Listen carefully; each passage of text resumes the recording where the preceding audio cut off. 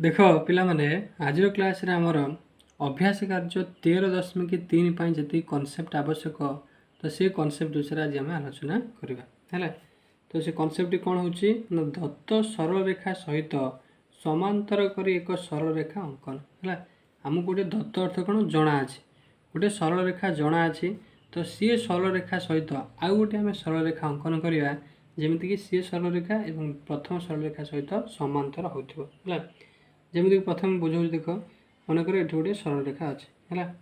तो ये जो सरल रेखा अच्छी यहाँ दत्त सरल रेखा अच्छी यही सरल रेखा सहित समांतर होता आउटा सरल रेखा समांतर अर्थ कौन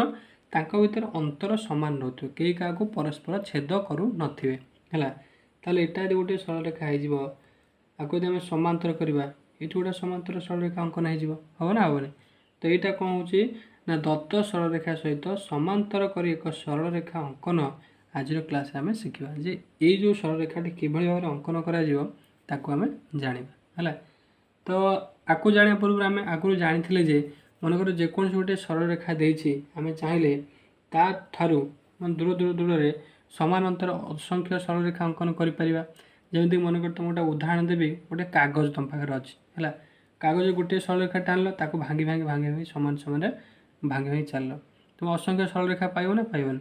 तो जब तुमको किसी निर्दिष्ट बिंदु देनी ताल तुम असंख्य सरल रेखा कौन तैयारी कर जब तुम गोटे निर्दिष्ट बिंदु दे देछि मनकर ये गोटे सरल रेखा अच्छी ये गोटे बिंदु दिगला है। ताले ये जो बिंदु देछि तो ये बिंदु देखिए मतलब गोटे सरल माने समांतर सरल रेखा आ सहित जोटा समांतर सरल रेखा अंकन हो मात्र गोटे ही अंकन कर है। तो यहाँ तुम ध्यान रखार अच्छे जब किसी बिंदु दे न तुम्हें चाहिए समान अंतर असंख्य सरल रेखा अंकन कर जदि बिंदु देदेला तार मात्र गोटे सरल रेखा अंकन कर तुम आउ गोटे जिन जानी दुईटी समांतर सरल रेखा को जदि गोटे छेदक एमती छेद करदेला तार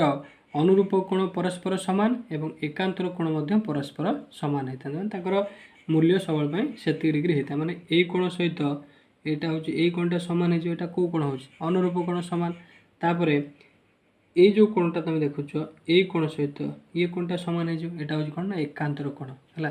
ताले आम जानले कौन ना एकांतर कोण सामान ताले आम यदि कौन करवा ना मनकर ये गोटे सरल रेखा नहीं गले ये गोटे सरल रेखा नहीं गले ठीक अच्छे है। तो ये गोटे छेदक आम छेद करदे है। तो छेदक आम एमती गोटे छेद करदे भाव नि यही कोणर परिमाण तुम 60 डिग्री अच्छे है 60 डिग्री अच्छी। तो यही जगार तुम ये जोटा 12टा बिंदु देती तो यही बिंदु तुम कौन कर गोटे ये जो सरल रेखा सहित कौन गोटे समांतर सरल रेखा अंकन करार अच्छी। तो बिंदुटी तुम स्थिर करदेल ये जगार तुम 60 डिग्री कोण अंकन करार अच्छी जदि ये बिंदु तुम 60 डिग्री कोणटी अंकन करदेल तुम आराम कौन कर ना तुम एकांतर कोणटा सृष्टि हो एकांतर कोण सृष्टि होगले तुम आराम कौन कर ना गोटे समांतर सरल रेखा दुईटा अंकन कर। तो यही जगह तुम कौन कल गोटे 60 डिग्री कोण अंकन करदेल ताहले तो 60 कोण डिग्री कोण अंकन शिखीच ताल तुम समांतर सरल रेखा अंकन कर है। तो बर्तमान आम से कनसेप्ट बुझा कि भाव में आम समांतर सरल रेखा अंकन करा जाए है। तो देख ताप आम कौन करवा प्रथम गोटे सरल रेखा नहीं जावा है। तो भल भाव लक्ष्य कर ये गोटे बुझ कनसेप्ट भल भाव बुझ है। देख मनकर ये जगार तुम गोटे सरल रेखा नहीं गल ठीक ये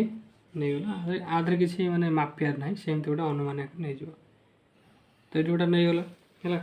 तो तुम बाहर जोटा ये गोटे बिंदु मनकर है यही बिंदु तुम आउ गोटे सरल रेखा अंकन करार अच्छे है मैंने समांतर सरल रेखा अंकन करार अच्छे।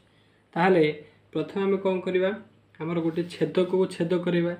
ताले छेदक को छेद करवा जदि ये छेदकर मूल्य तुम के जना ना है जदि जना ना जे तुम अंकन कर जना थी अंकन कर मनकर आमर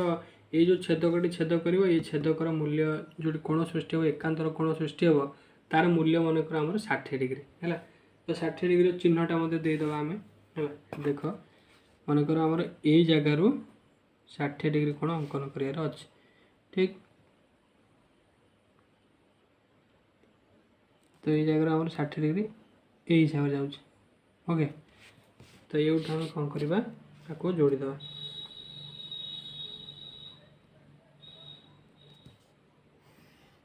एमती जोड़ीदेल है ये जो बाहर बिंदुटी अच्छी ये बिंदुटी अच्छी मनकर एवठू आमर ये जो बाहर बिंदुटा आर ऊपर देदेले ये जगह देदेले ठीक अच्छे ये जगह देदेले तो यहाँ हूँ आम के डिग्री ना 60 डिग्री तो ये बिंदु है ये बिंदु कौन कर ना यहाँ हूँ आम के ये जो कोणटा हूँ 60 डिग्री तो ये बिंदु आम आ गए सरलरेखा अंकन कर जहाँकि ये जो सरलरेखा सहित समांतर होता आवश्यक ताले कौन कर यू जेहतु आम कौन 60 डिग्री अंकन कर गोटे चाप नवा ना नवानी ताले यूठू गोटे कौन करवा चापटे नहीं गले ठीक तो चाप नहीं सारिबा परे है चाप नहीं सारिबा परे आमर कौन ये सीधा कोणटा आम 60 डिग्री अंकन कर तेणुक आम कौन करवा यदि यही पटू आम कौन करवा नहीं जावा यही पटू कौन करवा यदि 60 डिग्री अंकन करवा ताले आमर ये कौन हो 60 डिग्री कोण अंकन हो तो आपको आम एक बर्तमान जोड़ीद ये जो बिंदु को ये बिंदु सहित जोड़ा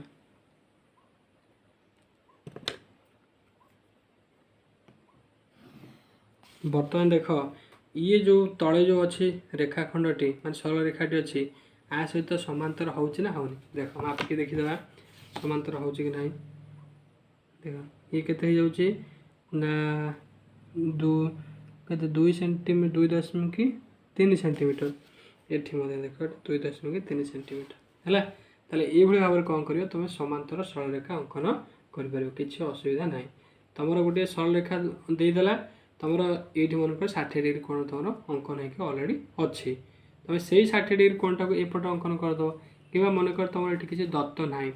मनकर देदेला गोटे रेखाखंड देदेला एतिक देदेला ये गोटे कोण मन तुम गोटा छेदक गोटे छेदक देदेला छेदकर दैर्घ्य तुम कहीदे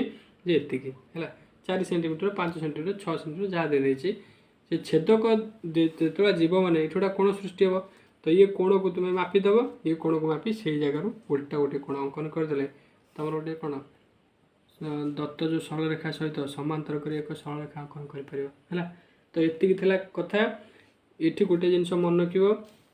जो दुईटी कौन समांतर सरल रेखा थी ये जो दुईटा सरल रेखा थी जदि गोटे छेदक छेद करदेला ताहले आमर एकांतर कोण माने ये कोण सहित ये कोणटा कौन हो सामान माने एटा हो जदि 60 डिग्री है